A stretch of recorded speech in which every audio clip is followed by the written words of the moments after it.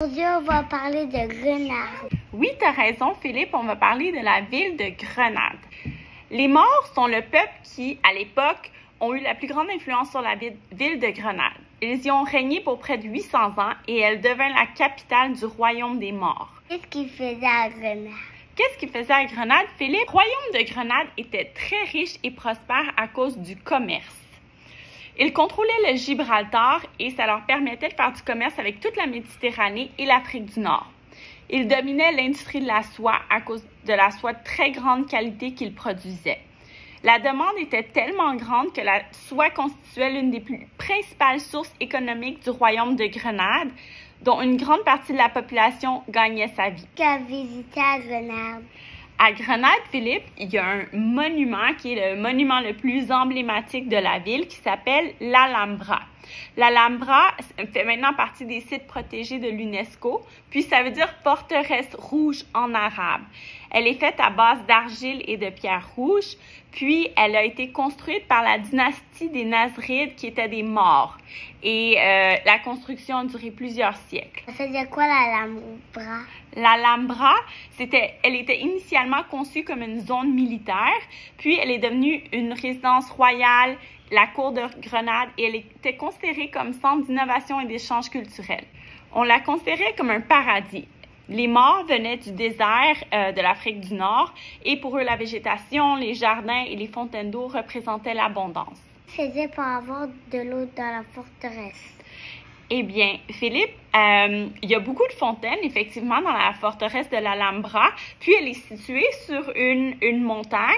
Donc, c'était vraiment un défi faire venir l'eau. Puis, on dit qu'il s'agissait à l'époque d'un des réseaux hydrauliques les plus sophistiqués au monde, capable de défier la gravité et de faire monter de l'eau du fleuve près d'1 kilomètre plus bas.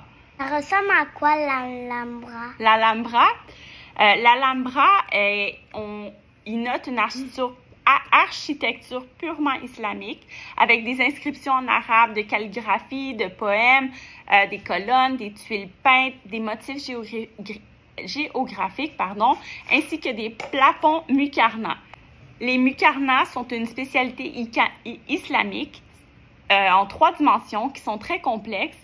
Et quand la lumière passe au travers des plafonds muqarnas, un motif d'ombre se crée et celui-ci change dépendamment des heures de la journée. En 1492, les rois catholiques prirent le contrôle de la ville et Isabella et Ferdinand étaient tellement épatés par la Alhambra que ça devint leur palais royal.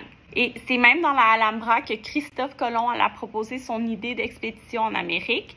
Les rois catholiques qui venaient de faire fortune en ayant conquéri Grenade acceptèrent de financer le voyage en Amérique en échange de toutes les richesses qu'il allait ramener. Quoi d'autre qu'il y avait à Grenade?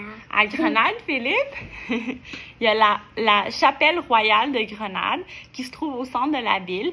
Puis, c'est là où se trouve le tombeau des rois Ferdinand et Isabelle. Pour eux, Grenade, c'était leur plus grand exploit, donc c'est là qu'ils voulaient être enterrés. Est-ce qu'il y a d'autres choses? Oui, Philippe. On va voir aussi à Grenade l'Albaïcine, qui est un des plus anciens quartiers de Grenade, qui est reconnu comme le quartier arabe, mais c'est quand même un mélange multiculturel parce qu'il y a eu les Ibères, les Grecs, les Romains et les Wisigoths dans ces rues. Et dans l'Albacine, il y a le Mirador de San Nicolas qui offre la plus belle vue sur la Alhambra et ses montagnes de Sierra Nevada. Il faut y aller pour voir les couchers de soleil qui sont super spectaculaires. Il va y avoir d'autres choses à Grenade? Oui, Philippe, on va voir le Sacramonte. Donc, le Sacramonte, c'est le quartier des Gitans où se trouvent des salles dans des grottes où on peut voir des spectacles de flamenco. Il y a aussi le musée des grottes de Sacramonte qui conserve des maisons construites dans les roches et ça offre une super belle vue sur la ville. Il y a aussi des sentiers de randonnée, de pistes cyclables qui mènent aux montagnes. On peut voir des animaux à Grenade? Oui, Philippe, imagine-toi donc qu'il y a le parc des sciences, puis à l'intérieur, il y a un biodôme qui abrite quelques 250 espèces de faune et de flore, et ça recrée 3 zones tropicales distinctes, le Madagascar, le sud-est asiatique et l'Amazonie. Et ce sont les régions de la planète qui affichent la plus grande biodiversité. On y reproduit les milieux aquatiques, terrestres et aériens. Merci d'avoir écouté notre vidéo. pas vos souliers parce qu'on va faire une grande marche. Oui, il faut avoir des bons souliers de marche en Espagne. C'est vrai. Bye bye.